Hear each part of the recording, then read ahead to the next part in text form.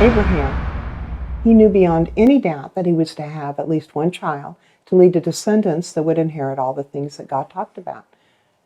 But there was one problem. Abraham was very old and his wife Sarah was infertile.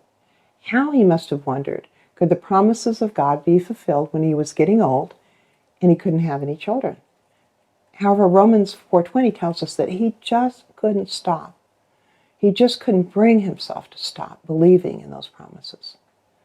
But Abraham, the famous father of the faithful, repeatedly messed up.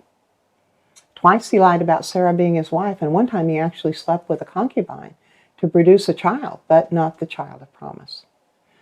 You see, he had the promises, but the contradictions that he saw, his age, Sarah's age, her sterility, perhaps even a loss of hope, led him to not relying on God to resolve the situation, but led him to thinking he ought to do it.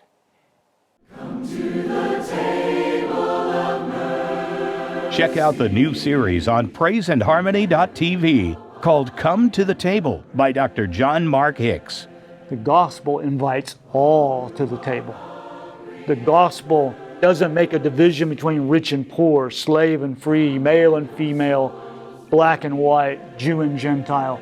The gospel doesn't make those kind of divisions. The gospel unites at the table, and the table is the experience of communion between the rich and the poor, between the Jew and the Gentile, between the male and the female. In this 8-part study, you'll grow from in-depth lessons about communion. This series comes with PDF study guides and materials for small group leaders or families to use to help facilitate a more meaningful time of learning. I like the way Luther put it. When I am afflicted and Satan is assaulting me, I don't run away from the table. I run to the table. Because this is a table of mercy. See, God is doing something at this table.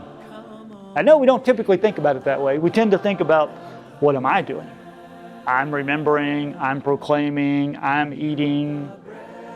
But we need to think about what God is doing at this table.